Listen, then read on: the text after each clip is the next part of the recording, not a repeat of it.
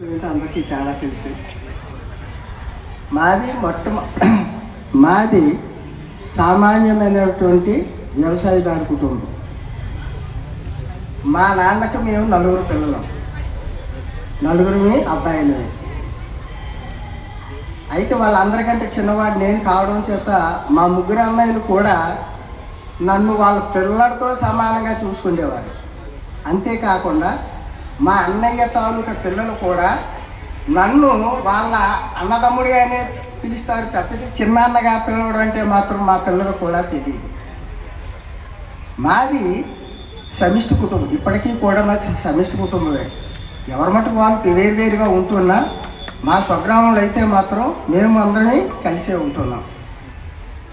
అదేవిధంగా మా అత్తవారు కూడా మా ఇంటి పక్కనే, అత్తారింటి కూడా నేను ఎంతో దూరం వెళ్ళవలసిన అవసరం లేదు. పైగా వాళ్ళు కూడా మా నాన్న బంధువులు. అంచేత మా అత్తవారికి కానీ మాకు కానీ ఎటువంటి అమర్పులు లేవు. అందరికీ కలిసిమెలిసి ఉండేవారు. అయితే నా జీవిత విశేషాలకు వస్తే మాత్రము మొట్టమొదట మా తల్లిదండ్రులకి నా నమస్కారాలు.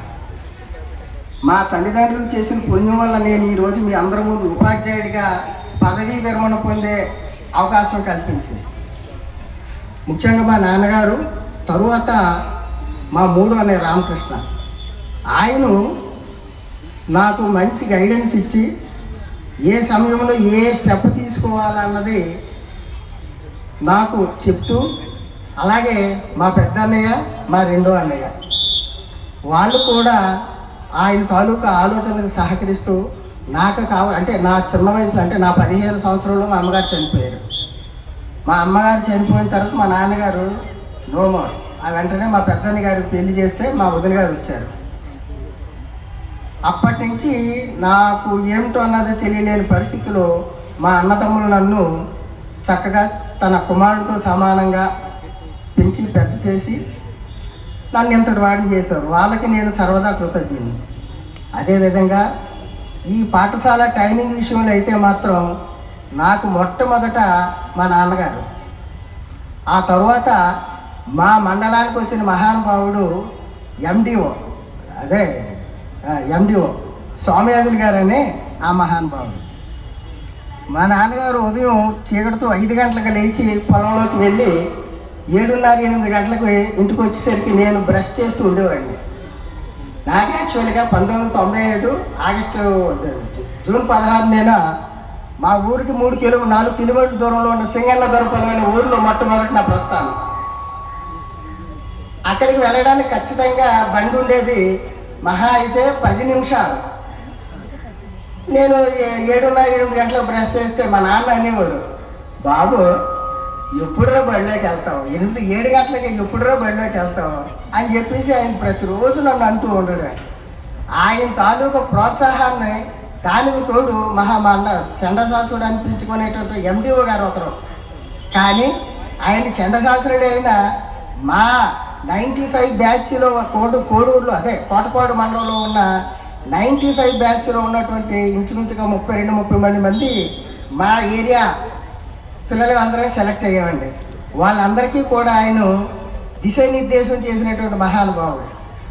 వారి తాలూకా ఆ గొప్పతనంతో మేము సమయపాలనని ఖచ్చితంగా నేర్చుకుంటూ ఈ రోజు వరకు మీరు చెప్తున్నటువంటి సమయపాలన ఆ రోజు నేర్చుకున్నదే, దాన్ని ఈ రోజు వరకు అలవర్చుకొని నేను నా ఉద్యోగ జీవితంలో సక్సెస్ అవ్వడానికి ముఖ్య కారణం. తరువాత నా భార్య నాకు అన్ని విధాలుగా ఎటువంటి కష్ట నష్టాలు లేకుండా టైంకి క్యారేజ్ పెట్టి 5 నిమిషాలు లేట్ అయినా లేట్ అయిపోతుందని చెప్పి నన్ను పంపించేది. కనుక నా ఈ 30 సంవత్సరాల ప్రయాణంలో మా అమ్మ, మా నాన్న, మా అన్నయ్యతో పాటు నా భార్య తాలూకా సహాయ సహకారాలు కూడా ఉన్నాయి. తరువాత నా పిల్లలు, భగవంతుడి దయ వల్ల నాకు ఏడుకొండల వెంకటరాముడు అంటే చాలా ఇష్టం.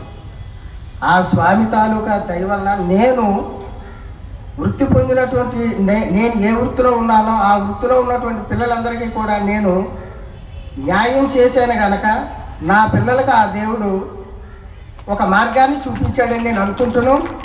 ఆ పిల్లల సహాయ సహకారాలతో నేను ఎంతవాడిని అయ్యాను కాక ఆ పిల్లలందరూ కూడా మంచి విద్యాభివృద్ధులు నేర్చుకొని చక్కగా మంచి పేరు తెచ్చుకొని మన పాఠశాలకు మంచి భవిష్యత్తు కలిగించి ఉపాధ్యాయులు అంటే ఇలాగ ఉండాలి అన్న విధంగా ఆ విద్యార్థులందరూ కూడా మనకి మంచి గౌరవం తీసుకొచ్చి పెట్టాలని కోరుకుంటూ సెలవు తీసుకుంటున్నాను.